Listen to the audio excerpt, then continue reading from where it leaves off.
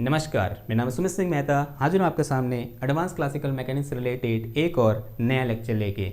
आज का हमारा है लेक्चर नंबर 6 और आज के इस लेक्चर का हमारा टॉपिक क्या रहने वाला है। हमारा टॉपिक है डी एलम्बर्ट प्रिंसिपल। ये जो डी एलम्बर्ट प्रिंसिपल होता है ये किसी भी एक मैकेनिकल प्रॉब्लम के साथ डील करने का अल्टरनेट वे होता है। किसके अल्टरनेट? न्यूटन के सेकंड लॉ के अल्टरनेट। जैसे कि हम सब जानते हैं, अगर हमारे पास मैकेनिक्स में कोई प्रॉब्लम आती है तब उस प्रॉब्लम को सॉल्व करने के लिए या उसके साथ डील करने के लिए हम किसके पास जाते हैं? न्यूटन के सेकंड लॉ के पास जाते हैं। अब हमारे पास आज एक नई चीज आने वाली है। वो चीज क्या है? D'Alembert principle. और इसकी हेल्प से भी हम सेम प्रॉब्लम को जिसको हम न्यूटन के सेकंड लॉ के हेल्प से सॉल्व कर रहे थे उसको हम इस प्रिंसिपल की हेल्प से भी क्या कर सकते हैं? सॉल्व कर सकते हैं। और आज हम क्या करेंगे? इसी को डिटेल में यहाँ पर समझेंगे और लास्ट में कुछ क्वेश्चन भी करेंगे जिनको हमने न्यूटन की लॉ के हेल्प से पहले ही सॉल्व कर चुके हैं। ठीक है, तो ये क्या रहने वाला है? आज का हमारा एम रहने वाला है। अगर एम समझ में आ गया है तो रोज की तरफ फटाफट से कॉपी पेन निकालो और हेड डालो क्या? D'Alembert principal.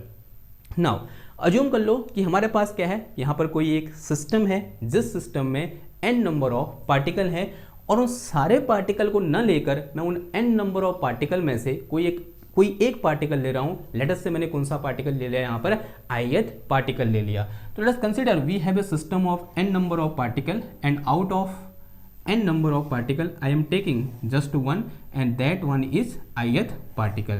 मान लिया मेरे पास क्या एक ith पार्टिकल है और उस ith पार्टिकल की पोजीशन को डिफाइन करने के लिए मैंने यहाँ पर क्या बना दिया? एक रेफरेंस फ्रेम बना दिया और अज्यूम किया वो ith पार्टिकल यहाँ पर रखा हुआ है जिसका पोजीशन वेक्टर क्या है यहाँ से यहाँ तक। लेट अस से this position vector is RI और इस ith पार्टिकल जो मास है मान कितना है? वो MI है और इस पर कितना फोर्स लग रहा है? अज्यूम कर लिया मैंने FI क्या कर रहा है? इस पर फोर्स लग रहा है। और टोटल नंबर ऑफ पार्टिकल कितने हैं मेरे पास? n है। n मेरे पास यहाँ पर क्या है? नंबर ऑफ पार्टिकल है। इस सिस्टम में टोटल कितने पार्टिकल हैं? Number of particles capital n है। नाउ अब हम सब जानते हैं from Newton second law, if any force, any external force acting on any object, then its momentum will be changed and rate of change of this momentum will be equal to force acting on that particle. Now from Newton's second law we know that we know that कि this force Fi acting on this ith particle will be equal to rate of change of momentum या linear momentum of this ith particle। ऐसा होता है नहीं होता है? Answer है हाँ जी, होता है। नाउ अब मैंने यहाँ पर क्या लिखा? dpi/dt लिखा। इसका एक शॉर्ट फॉर्म भी होता है जो हमने बीएससी फर्स्ट ईयर में जब हमने क्या पढ़ रहे थे? डिफरेंशिएशन पढ़ रहे थे, वहाँ पर हमने डिस्कस किया होगा कि इसी को क्या लिख सकते हैं हम? सिंस वी नो दैट कि this dpi/dt can be written as pi dot. ये डॉट किसको दिखा रहा है?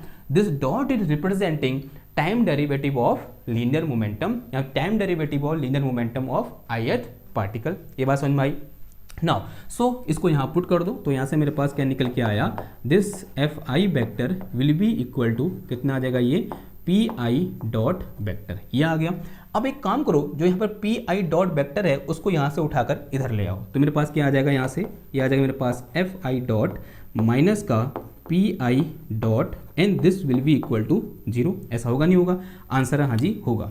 अब मैं इसको थोड़ा सा मॉडिफाई कर सकता हूँ। मॉडिफाई क्या कर सकता हूँ? थोड़ा सा एक मैथमेटिकल स्टेप अपना रहा हूँ। ये Fi वेक्टर ऐसे रहा, यहाँ मैंने प्लस लगा दिया और इसको माइनस के साथ ब्रैकेट के अंदर रख दिया तो माइनस का pi vector and this will be equal to 0। Now say it some equation number 1।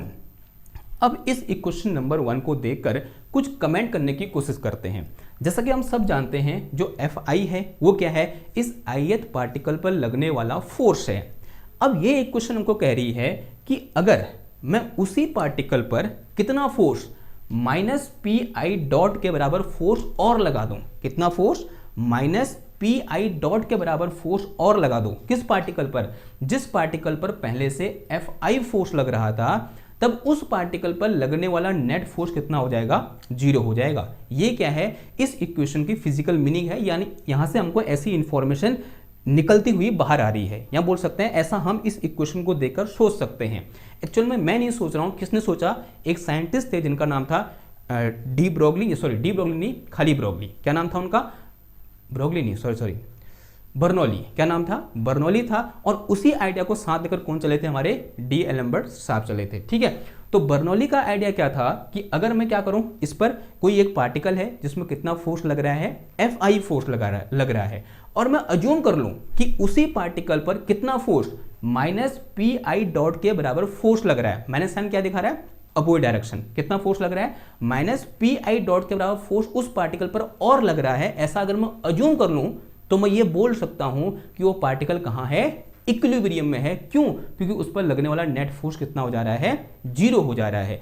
अब यहां पर हम ऐसा अज्यूम कर रहे हैं कि उस पर पी डॉट के बराबर फोर्स लग रहा है, तो इस पी डॉट फोर्स को मैं क्या बोलूंगा? स्यूडो फोर्स या वर्चुअल फोर्स या फिर इनर्शियल फोर्स। तो जो मैंने यहां पर क्या लिखा है?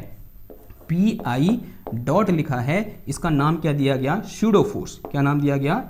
स्यूडो फोर्स नाम दिया गया। और कभी कभी हम इसको वर्चुअल फोर्स भी बोल देते हैं, FORCE, या कभी कभी एक और नाम बुक में लिखा होता है, दिस इज वर्चुअल फोर्स। और कभी कभी एक और नाम लिखा होता है क्या? Inertial force. क्या नाम होता है इसका? इनर्शियल फोर्स भी क्या होता है? इसका नाम होता है। तो जो पी डॉट है वो क्या है? स्यूडो फोर्स है, क्योंकि हम ऐसा अज्यूम कर रहे हैं। ठीक है, एक्चुअल में इतना फोर्स लग नहीं रहा है। डी ब्रोगली का आइडिया क्या था? अगर हम ये बोलें कि किसी पार्टिकल पर Fi फोर्स लग रहा है, और अगर हम ऐसा अज्यूम कर लें कि पी डॉट के बराबर एक स्यूडो फोर्स लग रहा है with negative sign, then this object will come at equilibrium, क्योंकि नेट फोर्स कितना हो जा रहा है? 0 हो जा रहा है। तो दिस इज अवर आइडिया। तो in this case equation 1 tell us, in this case the particle will be equilibrium. जो मेरा पार्टिकल होगा वो कहां होगा? Particle will be at equilibrium. ठीक है, ऐसा होगा नहीं होगा? आंसर है हाँ जी, होगा। अब कल ही की बात है, या बोलते हैं पिछले लेक्चर की बात है, हमने एक प्रिंसिपल के बारे में डिस्कस किया था, the principle of virtual work. क्या था प्रिंसिपल? जरा समझो।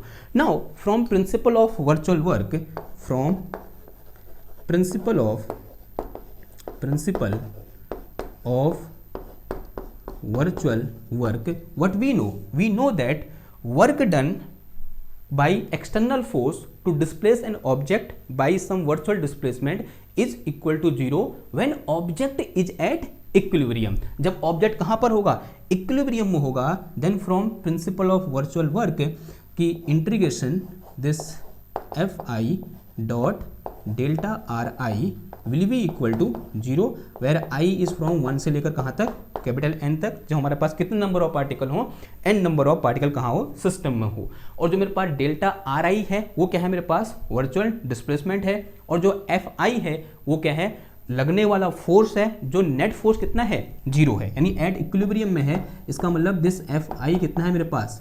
यहां पर 0 है। लेकिन इस केस में, आज के वाले केस में Fi is not equal to 0। 0 क्या है? Fi माइनस Pi डॉट 0 है, यानी Fi 0 नहीं है। 0 क्या है? Fi minus Pi dot equal to 0 है। यानी आज के वाले केस में यहां पर इस Fi का जो कितना आ जाएगा? This Fi minus Pi dot आ जाएगा। आएगा नहीं आएगा? आंसर है हाँ जी, आएगा। अगर आएगा तो लिख दो यहां पर। Now so from equation 1 so we can write क्या लिख सकते हैं? देखो वी लिख सकते हैं समेशन ऑफ आई, और Fi की जगह ये पूरी चीज़ रख दो, यानी कितना आ जाएगा? ये दिस इज Fi वेक्टर और माइनस Pi डॉट, और डॉट कितना आ गया यहाँ पर? Delta Ri vector, and this is equal to 0। ऐसा हम लिख सकते हैं। आंसर हाँ जी, लिख सकते हैं ना। एक चीज़ और, since we know that this Fi will contain external force acting on ith particle plus force of constraint. हमने कल ही डिस्कस किया था कि इस Fi के अंदर दोनों चीज होती हैं। क्या? एक हमारे पास एक्सटर्नल फोर्स होता है, यानी अप्लाइड फोर्स होता है, और प्लस दूसरा क्या होता है? इसमें फोर्स ऑफ कंस्ट्रेंट होता है। ये जो मेरे पास है ये क्या है? मेरे पास अप्लाइड फोर्स है, this is our applied force, and this is our force of constraint. ये मेरे पास क्या है? फोर्स ऑफ कंस्ट्रेंट है। ठीक है, इतनी बात समझ में आ रही है। तो क्या कर सकता हूँ? इस Fi की जगह ये वैल्यू मैं यहाँ पर रिप्लेस कर सकता हूँ, तो कर दो फिर रिप्लेस। तो यहाँ से मेरे पास क्या आ जाएगा? समेशन ऑफ आई, और Fi की जगह कितना आ जाएगा? ये Fi a is for external. ठीक है, और प्लस कितना आ जाएगा? ये Fi स्मॉल Fi, और माइनस कितना आ गया यहाँ पर? Pi डॉट दिस वेक्टर, और डॉट कितना आ गया ये delta R I vector and this will be equal to 0, sorry. Okay, now एक काम करो, इस एफ आई ए और इस पी आई डॉट को एक साथ लिख दो और इसको अलग से लिख दो। आप सब जानते हैं इसको हम अलग से क्यों लिख रहे हैं, ठीक है। सो जरा दिमाग में, कल ही हमने डिस्कस किया है, इसको हम अलग से क्यों लिखेंगे। तो कितना आ जाएगा ये एफ आई ए और this is vector and minus कितना आ जाएगा ये एफ पी आई डॉट और ये कितना आ जाएगा डेल्टा आर आई और फिर प्लस कितना आ जाएगा ये summation of I, this is F I और डॉट कितना आ जाएगा ये delta R I and this will be equal to 0। ये किसका आ जाएगा मेरे पास 0 के बराबर आ जाएगा। Now this F I is force of constraint and we are assuming a special case at which force of constraint या बोलते हैं work done by force of constraint will be equal to 0 या बोल सकते हैं virtual work done by force of constraint will be equal to 0। For example in case of rigid body, rigid body में क्या होता है, किन्हीं दो पार्टिकल के बीच की डिस्टेंस क्या होती है, फिक्स होती है। अगर डिस्टेंस फिक्स है और उनके बीच लगने वाला फोर्स इक्वल और अपोजिट है तो this net force will be equal to 0, it mean this term will be equal to 0। ये पूरा कितना हो जाएगा, यहाँ से यहाँ तक 0 हो जाएगा। और हमने कल भी ये चीज़ क्या की थी, डिस्कस की थी कि हम कैसा केस लेके चलेंगे कि जहां पर work done by force of constant कितना होगा 0 होगा। ओके ना, अगर ये 0 है ना, ये इक्वेशन कैसे मॉडिफाई हो जाएगी, ये टर्म 0 रख दो तो ये मेरे पास कितना आ जाएगा यहाँ पर summation of I and this bracket और कितना आया F I A and this is vector और माइनस कितना आ गया ये पी आई डॉट और दिस इज डॉट, ये कितना आया delta R I and this is equal to 0। Now say it is some equation number 1। इसे क्या बोल दो, इक्वेशन नंबर 1 बोल दो, 2 बोल दो। और यही इक्वेशन नंबर 2 क्या है हमारी, डी एलम्बर्ट प्रिंसिपल है। तो this is our D'Alembert principle, this equation is known as D'Alembert principle, Alembert principle, okay. तो ये मेरे पास क्या है, डी एलम्बर्ट प्रिंसिपल है। इसके कुछ मॉडिफाइड फॉर्म भी होते हैं, क्योंकि हम पी आई डॉट क्या लिख सकते हैं, M R I double dot लिख सकते हैं या फिर एम आई ए आई लिख सकते हैं, ठीक है। जैसे इसका पोजीशन वेक्टर कितना है, आर आई है, तो यहाँ से मैं पी आई इक्वल टू कितना हो जाएगा ये M I R I dot, R I dot नहीं वेलोसिटी, इसका डॉट निकालूंगा तो यहाँ क्या हो जाएगा डबल डॉट। तो इसे मैं क्या लिख सकता हूँ यहाँ से समेशन ऑफ, विद वेक्टर लिखेंगे हम इधर पे, summation of F I A external और माइनस कितना आ जाएगा ये this is M I, this is R I double dot और ये इंटू कितना आ जाएगा डेल्टा आर आई आ जाएगा, ठीक है। और ये vector and this will be equal to 0। कभी कभी देखो ये जो मेरे पास आर आई डबल डॉट है ये एक्सेलरेशन होता है नहीं होता है, आंसर हाँ जी होता है। तो this is M I R I A भी लिख सकता हूँ, sorry M I A I vector. तो इसको और मॉडिफाई कर सकते हैं हम, क्या लिख सकते हैं, देखो summation of I and this is F I vector into A और माइनस कितना आ जाएगा ये M I and this is A I और डॉट कितना आ जाएगा ये delta R I and this is equal to 0। And these 3 equation, इनमें से कोई भी लिख दो, यही क्या है हमारी डी एलम्बर्ट प्रिंसिपल है। या फिर इन्हीं इक्वेशनों को क्या बोलते हैं, डी एलम्बर्ट प्रिंसिपल बोलते हैं। इस प्रिंसिपल पर एक चीज जो आपको ध्यान रखनी है, दैट इज कि मेरे पास जो एफ आई जो मेरे यहाँ पर फोर्स है, this force is external force, यहाँ बोल सकते हैं अप्लाइड फोर्स। ये नेट फोर्स नहीं है, ये कौन सा फोर्स है, अप्लाइड फोर्स है। जो मेरे पास एफ आई ए है, दिस इज अप्लाइड फोर्स।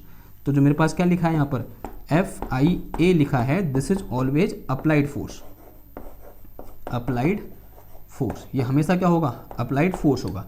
एक और चीज जो आप न्यूमेरिकल करते समय मिस्टेक कर सकते हो, दैट इज आप कहोगे ये इक्वल टू 0 है, तो यहाँ से F I minus P I dot equal to 0, तो हमेशा ये मतलब कहीं भी 0 नहीं होगा। आप ऐसा नहीं लिख सकते कि F I A minus P I dot equal to 0, this is not possible, ये पॉसिबल नहीं है। इस समेशन के साथ यही चीज पॉसिबल है कि summation F I A minus P I dot dot delta R I will be equal to 0। अकेला ये टर्म 0 नहीं हो सकता। क्लियर है बात, ओके। अगर इतनी बात क्लियर है, अब क्या करते हैं, इससे रिलेटेड कुछ इंपॉर्टेंट एग्जांपल कर लेते हैं। जो एग्जांपल हमने पहले भी न्यूटन लॉ की हेल्प से सॉल्व किए हुए हैं, नाउ उन्हीं के लिए सेम कैलकुलेशन निकालना करनी होगी, सेम चीज फाइंड करनी होगी। कहीं पर एक्सेलरेशन फाइंड करना होगा, कहीं पर कंडीशन ऑफ इक्विलिब्रियम फाइंड करनी होगी, वो सब चीजें हम यहाँ पर करेंगे। कहीं पर इक्वेशन ऑफ मोशन फाइंड करनी होगी, वो सब चीजें हम यहाँ पर करेंगे। लेकिन यूज किसका करेंगे, डी एलम्बर्ट प्रिंसिपल का, ना कि न्यूटन के सेकेंड लॉ का। तो शुरू करें बात को, इंटरेस्टिंग चीज होने वाली है और मजा आने वाला है।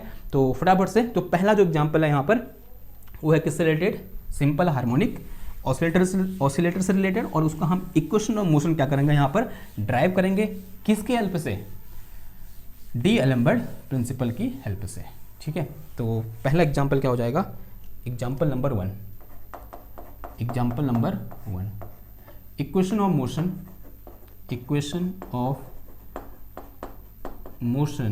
Of simple harmonic oscillator, SHO।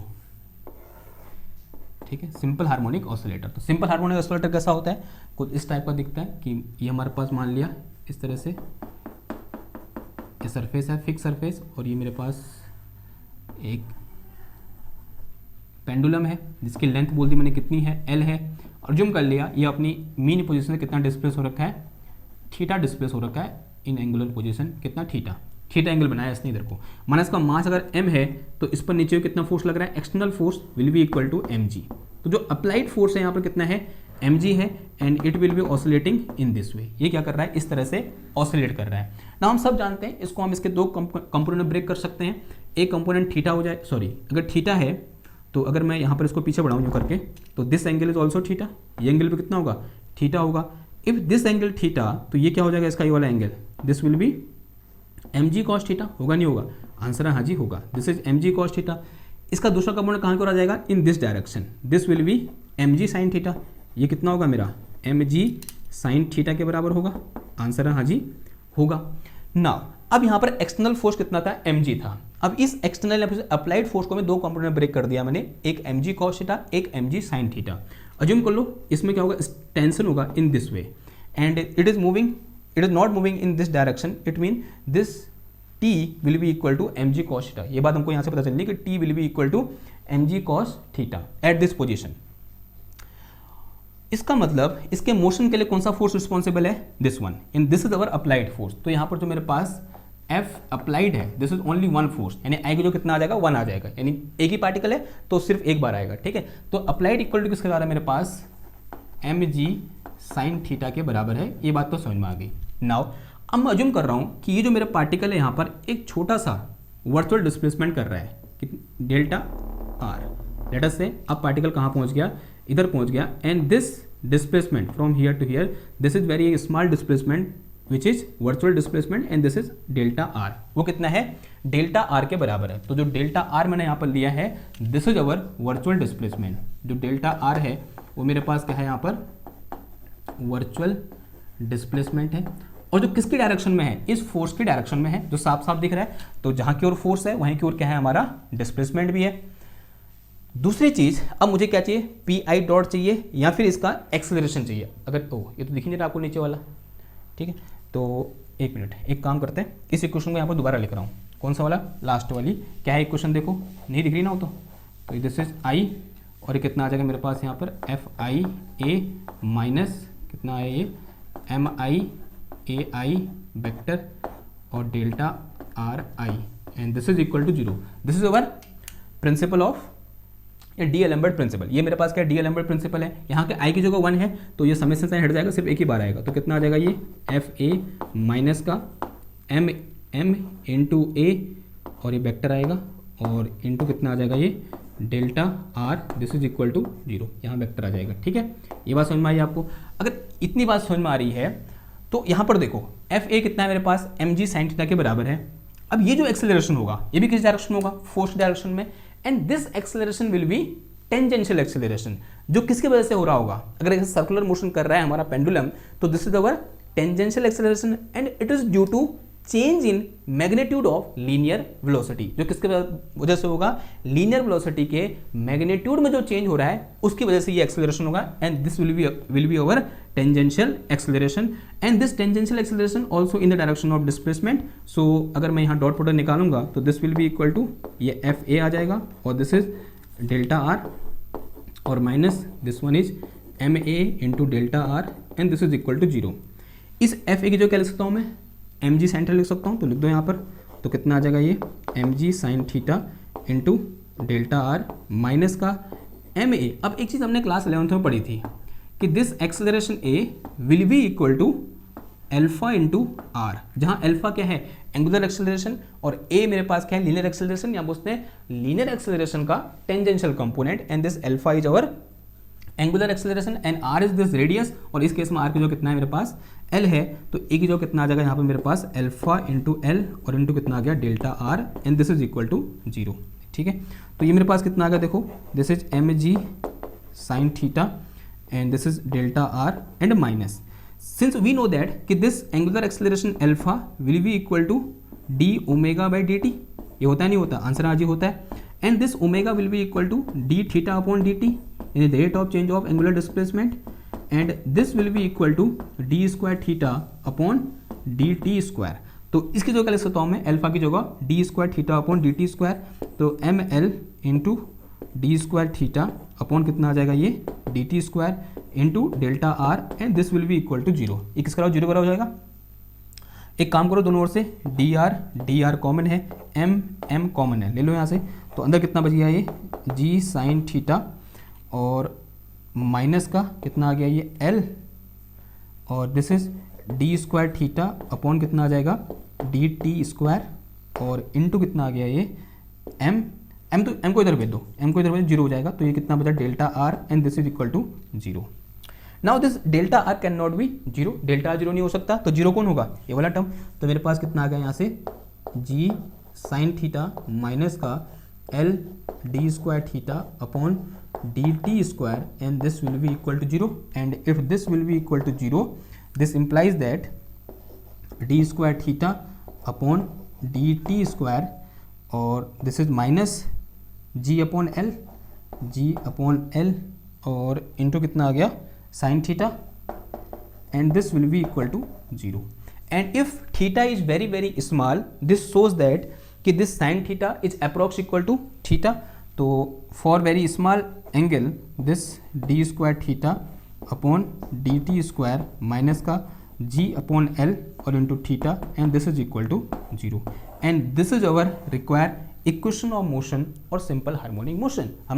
जब हमने इस लेक्चर सीरीज की स्टार्ट भी की थी, जब वहाँ पर हम क्या पढ़ रहे थे कंस्टेंट मोशन पढ़ रहे थे, तो वहाँ पर हमने क्या किया था इस इक्वेशन को ड्राइव किया था, लेकिन वहाँ पर ड्राइव करने का तरीका क्या था टॉर्क मेथड था, और उस वहीं पर भी हमने देखा था कि किस तरह से हम न्यूटन का लॉ लगाकर इस इक्वेशन को ड्राइव कर सकते हैं, लेकिन हमने वहाँ पर किया नहीं था। हमने ये बोला था कि it will be very difficult to solve, किसकी हेल्प से न्यूटन के सेकेंड लॉ की हेल्प से, लेकिन हमने क्या लगाया टॉर्क का अप्रोच लगाया, बड़े इजीली हो गया था।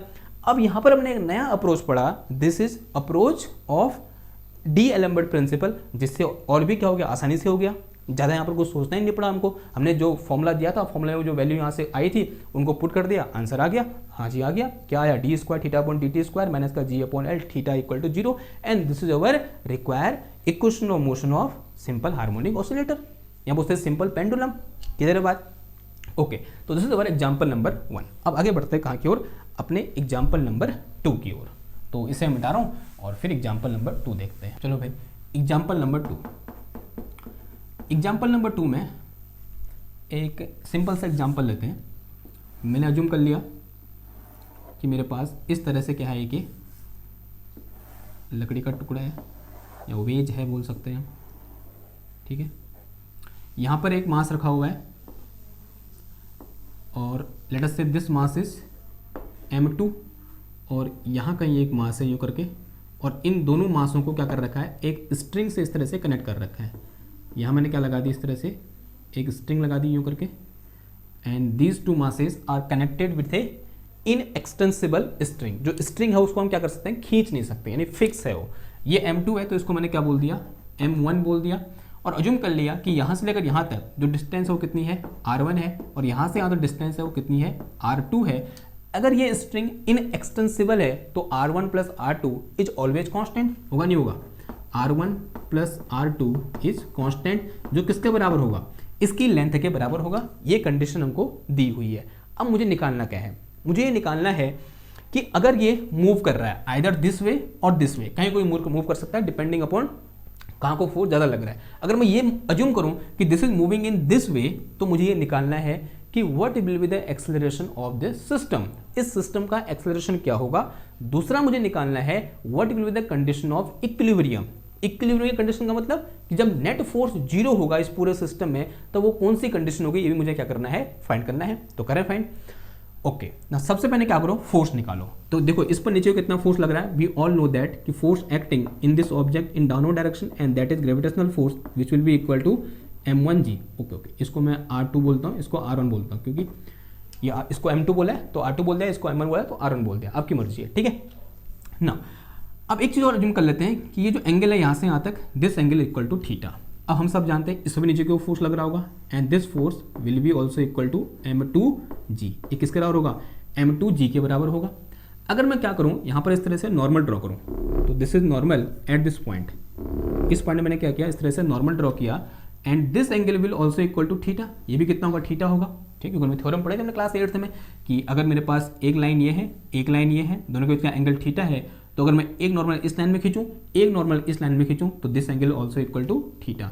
तो इसका एक कंपोनेंट इधर की हो जाएगा and this will be equal to m2g cos theta. ये किसके बराबर होगा, m2g cos थीटा के बराबर होगा। And second component will be in this direction and this one be equal to m2g sin theta, जो किसके बराबर होगा, m2g sin थीटा के बराबर होगा। नाउ अगर मैं अज्यूम करूं कि अब ये सिस्टम या इधर को जा रहा है या फिर इधर को जा रहा है, ठीक, एक जगह तो जाना ही है, हम कोई भी एक डायरेक्शन चूज कर लेंगे। हमें बोल रहे हैं कि this block is moving in upward direction and this block is moving in downward direction. तो इसका मतलब जो इस तरह से मोशन हो रहा है तो उसके लिए कौन से फोर्स रिस्पॉन्सिबल है, इसके लिए इधर वाला फोर्स कौन सा हो जाएगा, m2g sin थीटा, उधर कौन सा हो जाएगा मेरे पास, m1g हो जाएगा। जो m2g cos थीटा है this will B cancel out by normal reaction, जिसकी हम बात नहीं करेंगे ना। अब मैं अज्यूम कर रहा हूं कि इसका जो वर्चुअल डिस्प्लेसमेंट है in this direction, this is equal to delta r2। इसका वर्चुअल डिस्प्लेसमेंट कितना है in this direction, this one is delta r2। और अज्यूम कर लिया इसका virtual displacement in this direction, this is delta r1, ठीक है, ऐसा बोल सकते हैं, ठीक है।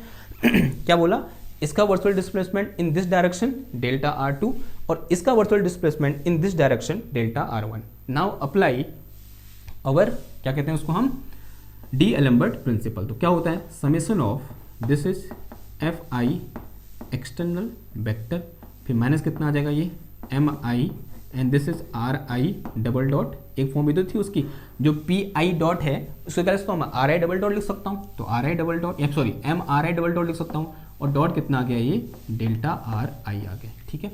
सबसे पहले इसके लिए देखो तो कितना आ जाएगा, i की जगह 1 पुट करोगे तो कितना आ जाएगा, ये समेशन ऑफ, या f की जगह 1 पुट करोगे तो दिस विल बी f1a और माइनस का कितना आ गया, m1 r1 double dot and this vector and this कितना आ गया, डेल्टा r1 और फिर बीच में साइन क्या आएगा, प्लस का, थोड़ा सा ऊपर लिख दें, दिस इज m1g, प्लस का साइन आएगा, this is f2a and this vector और माइनस कितना आ गया, ये m2 r2 double dot vector और डॉट कितना आ गया, ये delta r2 vector and this will be equal to 0। एक बराबर होगा मेरे पास 0 के बराबर होगा। ओके नाउ अब एक काम करो, इनकी वैल्यू पुट कर दो, यानी f1a की वैल्यू कितनी है, m1g, कितना आ जाएगा, ये m1g आ जाएगा और विथ वेक्टर लगा दो, और हाँ वेक्टर लगाओ तो माइनस का कितना आ जाएगा, फिर m1 r1 double dot vector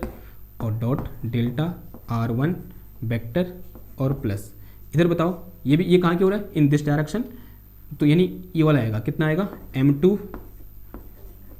अगर आप ये बोलोगे ना क्या कौन सा आएगा, m2g आएगा, ठीक है। तो m2g को मैंने दो कंपोनेंट में ब्रेक कर दिया, एक क्या है m2g cos थीटा, एक क्या है m2g sin थीटा, और जिस डायरेक्शन में मोशन हो रहा है उस डायरेक्शन में लगने वाला एक्सटर्नल फोर्स क्या है, m2g cos थीटा, यहाँ पे m2g sin theta, answer is m2g sin theta, इसलिए मैंने यहाँ पर क्या रख रहा हूँ, m2g sin थीटा रख रहा हूँ और माइनस कितना आ जाएगा, ये और g के ऊपर वेक्टर लगा दो और माइनस कितना आ जाएगा, m2r sorry in this direction r double dot vector और dot delta r2 vector, this will be equal to 0। आप वेक्टर नहीं भी लगाते फिर भी चल जाता, क्योंकि हम सब जानते हैं जिस डायरेक्शन में फोर्स है उसी डायरेक्शन में डिस्प्लेसमेंट भी है, तो ये डॉट यहाँ से हट जाएगा सिंपली, यानी एंगल कितना हो जाएगा, 0 हो जाएगा।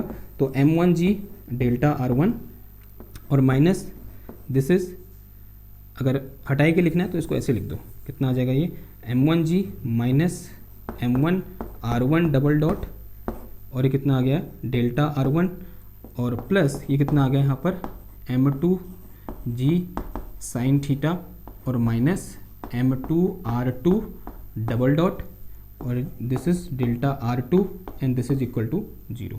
ठीक ना, अब यहाँ डेल्टा R1 है, यहाँ डेल्टा R2 है, इसको थोड़ा मैं इसकी हेल्प से, सिंस वी नो दैट कि R1 plus R2 is equal to क्या है मेरे पास, कांस्टेंट है। अगर मैं क्या निकालूँ यहाँ से, delta R1 plus delta R2 निकालूँ तो कांस्टेंट का डेरिवेटिव 0 हो जाएगा एंड दिस इम्प्लाइज दैट कि this delta R1 will be equal to minus का डेल्टा R2।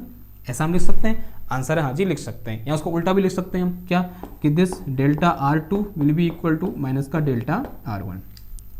और क्या लिख सकते हैं यहाँ से, देखो और हम लिख सकते हैं, अगर मेरे पास R1 plus R2 equal to constant तो R1 dot plus R2 dot will be equal to 0 and again that differentiate with respect to time, what I get, R1 double dot plus R2 double dot is also equal to 0 and this implies that कि this R2 double dot is equal to minus का R1 double dot. ऐसा हम लिख सकते हैं, answer आज लिख सकते हैं। तो अगर हम ऐसा लिख सकते हैं, अब एक काम करो, इन दोनों वैल्यू को उठा कहाँ पुट कर दो, ये जो लास्ट इक्वेशन यहाँ पर आई थी उस पर पुट कर दो, तो ये टर्म तो ऐसे रहेगा, ये मेरे पास कितना है देखो, दिस इज M1G माइनस का M1 R1 डबल डॉट और ये कितना आ गया यहाँ पर डेल्टा R1 और फिर प्लस कितना आ जाएगा ये M2G and this is sine theta. देखो R1 double dot sorry R2 double dot equal to minus R1 double dot, तो ये माइनस है तो माइनस प्लस हो जाएगा ये, तो this is M2 R1 double dot and this bracket close और इसके जो अगर फॉर्म है delta R2 del R2 equal to कितना आ गया माइनस का, अगर ये माइनस का है तो यहाँ क्या हो जाएगा, ये माइनस हो जाएगा, तो दिस इज माइनस का delta R1 this will be equal to 0। अब दोनों ओर से डेल्टा R1 क्या है, कॉमन है, तो कॉमन ले लो, तो मेरे पास कितना आ गया यहाँ bracket, this is M1G minus का M1 R1 double dot minus का M2G and this is sine theta, again क्या आ जाएगा माइनस का M2 R2 double dot and this is delta R1 this will be equal to 0 and delta R1 can not be equal to 0, it mean this term which is inside the square bracket will be equal to 0 और यहाँ भी R1 sorry ये R1 होगा, हाँ, तो यहाँ जो R1 double dot है उनको एक साथ लिख दो और जो M1G है और M2G साइन थीटा है उनको एक साथ लिख दो, तो कितना आ गया देखो, ये माइनस का R1 डबल डॉट माइनस का R2 सॉरी माइनस का M2 R1 डबल डॉट फिर and this will be equal to, इसको उठा के कहाँ भेज दो, उस साइड भेज दो, तो this will be equal to minus का, या फिर पहले लिख लेते हैं कितना आएगा प्लस का M1G एंड माइनस का M2G and sine theta and this will be equal to 0। किसका आ जाएगा, ये 0 के बराबर आ जाएगा, तो जगह चाहिए आप, तो इसको मिटाओ ना, ये तो हो ही क्या होगा,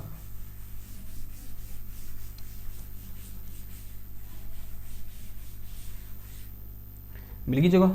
अगर जगह मिल गई तो इन दोनों से R1 डबल डॉट कॉमन है या फिर माइनस का R1 डबल डॉट कॉमन है, अंदर कितना बच जाएगा M1 प्लस M2 बच जाएगा एंड एक काम करो इन दोनों को उधर भेज दो, तो ये कितना आ गया, ये M2G साइन थीटा या फिर माइनस का M1G और माइनस प्लस का कितना हो जाएगा, हो जाएगा प्लस हो जाएगा, तो this is M2G sine theta, ऐसा कुछ आया। अब इस माइनस को उधर भेज दो, तो क्या आ गया मेरे पास R1 डबल डॉट और इनटू कितना आया M1 plus M2 and this will be equal to, this is M1G और माइनस का कितना आ गया, ये M2G साइन थीटा, ऐसा कुछ आया। तो यहाँ से मेरे पास R1 double dot will be equal to कितना आया M1G माइनस का M2G साइन थीटा अपॉन में कितना आ गया M1 plus M2 and this is acceleration, R1 double dot क्या है, एक्सेलरेशन है and this is equal to acceleration of our system, ये किसके बराबर होगा, हमारे सिस्टम के एक्सेलरेशन के बराबर होगा। तो ये क्या निकाल दिया मैंने, एक्सेलरेशन निकाल दिया।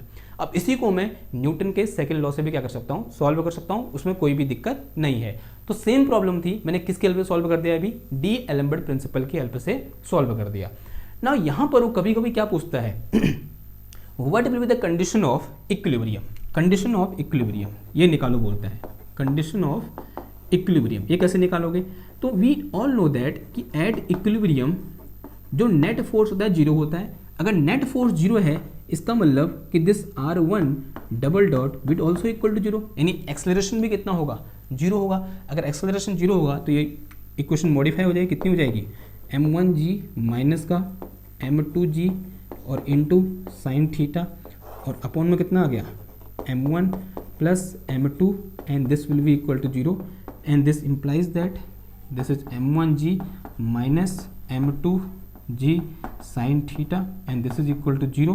तो यहाँ से मेरे पास कितना आया, m2g sine theta and this will equal to m1g आ जाएगा। तो साइन थीटा g से g कैंसिल हो जाएगा, sine theta will be equal to कितना आ गया, m1 अपॉन m2 आ गया, ठीक है। And this is our condition of equilibrium. And जो साइन थीटा होगा वो किसके बराबर होगा, उन दोनों मासों के रेशियो के बराबर होगा, यानी m1 अपॉन m2 के बराबर होगा। इस केस में हमारा सिस्टम कहाँ होगा, इक्विलिब्रियम में होगा, यानी जैसा है वैसा ही रहेगा, ऐसे खड़ा है तो खड़ा ही रहेगा, मतलब मूव नहीं करेगा। वही हुआ ना इक्विलिब्रियम का मतलब, मूव करेगा भी तो कांस्टेंट वेलोसिटी से करेगा, उसकी वेलोसिटी में चेंज नहीं आएगा, यानी एक्सेलरेशन नहीं होगा। क्लियर। तो this is our second example. इसी में आप एक एग्जांपल होमवर्क में ले लो, सेम कंडीशन है। कंडीशन क्या है, अभी ऐसा है, ऐसी कुछ चीज़ें हैं मेरे पास, ये अल्फा है और ये बीटा है और यहाँ पर एक मास ये है और एक मास ये है, दोनों को एक स्ट्रिंग से क्या कर दिया, कनेक्ट कर दिया। और इसका मास कितना है, m1 है, इसका मास कितना है, m2 है। आपको क्या करना है, इसका एक्सेलरेशन फाइंड करना है, साथ ही साथ कंडीशन ऑफ इक्विलिब्रियम भी क्या करनी है, फाइंड करनी है। कर लोगे, ठीक है, इजी है। देखो यहाँ पर सिर्फ क्या था, यहाँ को ऐसे डाउन हो गया था, यहाँ पर ये यहाँ इसको भी क्या करना पड़ेगा, आपको दो कंपोनेंट में ब्रेक करना पड़ेगा और आप कर लोगे। इतनी तो मैं आपसे अपेक्षा रख ही सकता हूँ। क्लियर है बात, ओके ना। अगर ये बात क्लियर हुई तब यहाँ पर आप एक और एग्जाम्पल क्या कर लेते हैं, हम डिस्कस कर लेते हैं। तो मैं इसको मिटाने जा रहा हूँ, उसके बाद हम क्या करेंगे, अपना अगला एग्जाम्पल डिस्कस करेंगे। इसको मिटाऊँ मैं, देखो कितने एग्जाम्पल हो गए थे, दो हो गए थे ना, एग्जाम्पल उससे तीन हो गए, तीसरा एग्जाम्पल ये है, एग्जाम्पल नंबर 4 देखो, एग्जाम्पल नंबर 4। चौथा एग्जाम्पल क्या है, देखो इस तरह से मेरे पास अगेन क्या है, एक ये इंक्लाइन प्लेन है, इस तरह से ये एक इंक्लाइन प्लेन है और इस प्लेन में मैंने क्या रखा हुआ है, एक मास रखा हुआ है, ठीक है, जिसका मास कितना है, m है। इसका मास कितना है मेरे पास, m है, ठीक। अभी ये स्लिप कर रहा है नीचे को, इस तरह से नीचे को क्या कर रहा है, स्लिप कर रहा है, स्लिप कर सकता है अभी, ठीक है। मैंने इसको फ्रिक्शनलेस सरफेस पर रखा हुआ है, मैंने इसको पकड़ा, जैसे ही छोड़ा स्लिप कर गया। अब मुझे क्या करना है, इस जो मेरे पास ये नीचे वाला ब्लॉक है, जो रेक्टेंगुलर ब्लॉक है, जो ट्रायंगुलर ब्लॉक है, इसे मुझे क्या करना है, इधर की ओर धक्का देना है, या बोलते हैं एक्सेलरेट करना है इन दिस डायरेक्शन। तो वो कौन सा एक्सेलरेशन होगा, या बोलते हैं एक्सेलरेशन की कौन सी वैल्यू होगी जिसके लिए ये पूरा सिस्टम कहाँ आ जाए, इक्विलिब्रियम में आ जाए, या बोल सकते हैं कि ये ब्लॉक यहाँ पर स्लिप ना करे। कंडीशन क्या है, ये ऐसा सिचुएशन है, ठीक। देखो इस तरह सिचुएशन है, मैंने इसको यहाँ पर रखा, यहाँ पर रखा, ये स्लिप कर गया, ये स्लिप कर गया। अब मुझे क्या करना है, इसको, ये तो स्लिप कर रहा है, लेकिन इसको इस डायरेक्शन में ऐसे मूव कराना है, या फिर इस एक्सेलरेशन से मूव कराना है ताकि ये ब्लॉक इस पर स्लिप ना करे। आई थिंक आपको जो प्रॉब्लम है वो समझ में आ गई होगी। यानी आपको क्या निकालना है, सिंपल इसका एक्सेलरेशन निकालना है, यानी इसको मैं यहाँ को धक्का दूँ और यहाँ को मैं किस एक्सेलरेशन धक्का दूँ कि ये स्लिप ना करे, वही मुझे क्या करना है, फाइंड करना है। अब जरा समझो सिचुएशन को समझना बहुत ज़रूरी है। अब जैसे ही मैं इस ब्लॉक को, जो नीचे वाला ब्लॉक है, ट्रायंगुलर ब्लॉक है, उसको मैं अगर आई की ओर धक्का दूंगा तो इस पर तो एक्सेलरेशन कहाँ की ओर है, आई की ओर है। लेकिन ये जो मेरे पास ब्लॉक है, ये क्या करेगा, एक स्यूडो एक्सेलरेशन, या बोलते हैं एक स्यूडो फोर्स अपवर्ड डायरेक्शन में क्या करेगा, फील करेगा इन this direction with same acceleration. यानी इस पर जो ये एक्सेलरेशन ए है, ये कौन सा एक्सेलरेशन है, दिस इज स्यूडो एक्सेलरेशन, या बोलते हैं pseudo force of this acceleration which is field by this mass m। तभी तो वहाँ पर रुक जाएगा ये, ठीक है। ये बात समझ पा रहे हो आप। जैसे गाड़ी आगे को चलती है, गाड़ी आगे को क्या हो रही है, एक्सेलरेट हो रही है, और पेड़ हमको कहाँ की ओर जाते हुए देखते हैं, पीछे को जा देते हैं सेम एक्सेलरेशन से, जैसे गाड़ी आगे को जा रही है। कैसा होता है, नहीं होता है। तो जो हमको वहाँ पर एक्सेलरेशन दिख रहा है दैट इज स्यूडो, जो फोर्स उन पेड़ पर लग रहा है that is pseudo force. Same यहाँ पर भी हो रहा है। अगर मैं नीचे वाले इस ट्रायंगुलर ब्लॉक को आई को धक्का दे रहा हूँ विद सम एक्सेलरेशन ए, तो यहाँ पर इस पर क्या लगेगा, एक फोर्स लगेगा in this direction of acceleration a, जो कितना एक्सेलरेशन प्रोड्यूस करेगा, ए एक्सेलरेशन प्रोड्यूस करेगा। और हम अज्यूम करेंगे इस एक्सेलरेशन पर ये ब्लॉक यहाँ पर स्लिप नहीं करेगा। क्लियर है बात, ओके ना। अब इसका एक्सेलरेशन निकालेंगे कैसे, फिर क्या लगाना है हमको, डी एलेम्बर्ट प्रिंसिपल लगाना है। सबसे पहला काम क्या करो, इस पर लगने वाला एक्सटर्नल फोर्स निकालो। क्या लग रहा है, नीचे की ओर लग रहा है क्या, mg, ठीक हो गया, लगा दो और अज्यूम कर लो कि this angle is alpha, angle क्या है मेरे पास, अल्फा है। अगली चीज़, इसको हम ब्रेक कर सकते हैं ऐसे, इसके दो कंपोनेंट आ जाएंगे and this angle is also equal to alpha. एक कंपोनेंट यहाँ आ जाएगा and this is mg cos alpha, mg cos alpha. Second will be in this direction and this will be our mg sin alpha. अब देखो जो acceleration है वो यहाँ की ओर है। Now this acceleration a in this direction, this is our acceleration, यहाँ की ओर है। अब ये एंगल यहाँ से लेकर यहाँ तक ये 90 है, तो ये कितना हो जाएगा मेरे पास 90 माइनस थीटा, होगा नहीं होगा, आंसर हाँ जी होगा। अब इस एक्सेलरेशन के भी दो कंपोनेंट आ गए, one is in this direction and this will be equal to a cos 90 minus theta, ये कितना हो जाएगा a cos 90 माइनस थीटा इधर की ओर। दूसरा कहाँ की ओर आएगा, in this direction and this will be equal to a sin 90 minus theta, दूसरा कंपोनेंट इधर की ओर। यानी इस ब्लॉक पर जो इसके इस प्लेन पर मोशन के लिए रिस्पॉन्सिबल होंगे वो फोर्स कौन कौन से हैं, एक mg sin थीटा, दूसरा कौन सा है मेरे पास a sin 90 माइनस थीटा, यानी ये एक्सेलरेशन है और फोर्स कितना हो जाएगा ma sin 90 माइनस थीटा। ये फोर्स क्या है, रिस्पॉन्सिबल है ना। हमें लगाना क्या है, न्यूटन का डी एलेम्बर्ट प्रिंसिपल, न्यूटन का सेकंड लॉ नहीं लगाना है, क्या लगाना है, डी एलेम्बर्ट प्रिंसिपल। होता है क्या है, Fi equal to summation i और FIA माइनस कितना आता है MI वेक्टर और delta RI vector, this will be equal to 0। Assume कर लो in this direction virtual displacement is delta R, virtual displacement कितना है, डेल्टा R है।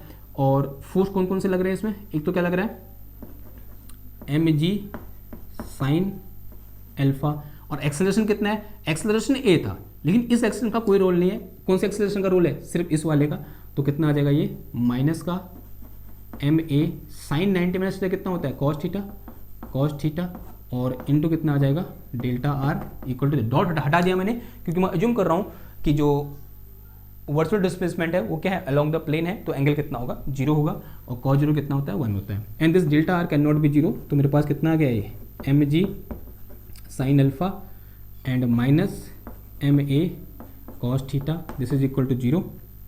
तो this is mg sin alpha, sorry theta कैसे हो गया, माफ करो भगवान मेरे को, अल्फा होगा ये, सॉरी, हाँ दिस इज अल्फा, ठीक है, सॉरी फॉर दिस मिस्टेक। तो this is ma sin alpha and this is equal to 0, ये तो भी क्या था इक्वल टू दिस थिंग। देखो m से m कैंसिल हो जाएगा और a इक्वल टू कितना आ गया ये g sin alpha upon cos alpha, sin alpha upon cos alpha equal to tan alpha, तो a इक्वल टू कितना आ गया ये sin tan alpha, this is our answer. यानी इसका एक्सेलरेशन क्या होगा, a equal to G tan alpha के बराबर होगा। यानी इस कंडीशन पर ये ब्लॉक न नीचे मूव करेगा न ऊपर मूव करेगा, जहाँ पर है वहीं पर रहेगा। किसके हेल्प से निकालना हमने, डी एलेम्बर्ट प्रिंसिपल की हेल्प से। सेम चीज़ आप किसके हेल्प से कर सकते हो, न्यूटन के सेकंड लॉ की हेल्प से। आई होप अब आपको थोड़ा बहुत डी एलेम्बर्ट क्या हो, प्रिंसिपल क्या होता है उसकी फील आ गई होगी। अगर फील आई है तो इस पूरे लेक्चर को क्या करो, अपने दोस्तों के साथ, मित्रों के साथ शेयर करो, जितना हो सकता है उतना सपोर्ट करो अपनी ओर से। मैं इसी तरह से आपके सामने आते रहूँगा नए नए लेक्चर लेके। तो मिलता हूँ आपसे नेक्स्ट क्लास में एक और नए टॉपिक के साथ। तब तक के लिए थैंक यू, धन्यवाद, बाय बाय।